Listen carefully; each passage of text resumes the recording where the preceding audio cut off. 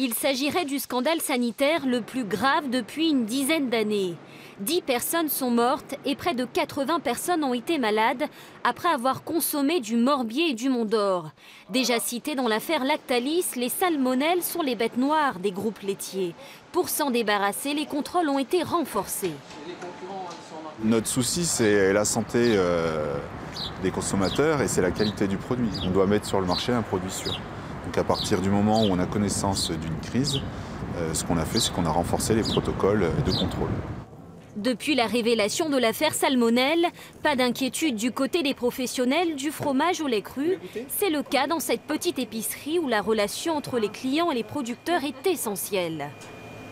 Mes clients m'interrogent sur l'origine, m'interrogent sur la méthode de fabrication, sur la culture, mais ne sont pas inquiets en termes d'hygiène par exemple, puisque c'est le circuit court. L'avantage, c'est qu'on connaît nos producteurs, donc on n'a pas véritablement d'inquiétude à ce sujet-là. Nos clients nous font confiance.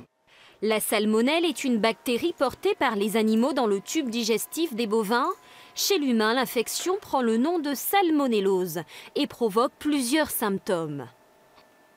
C'est une bactérie que l'on trouve en France dans les œufs et les produits laitiers qui sont mal traités d'un point de vue hygiénique et qui peuvent être responsables de symptômes de gastro-entérite aiguë et de toxi-infection alimentaire.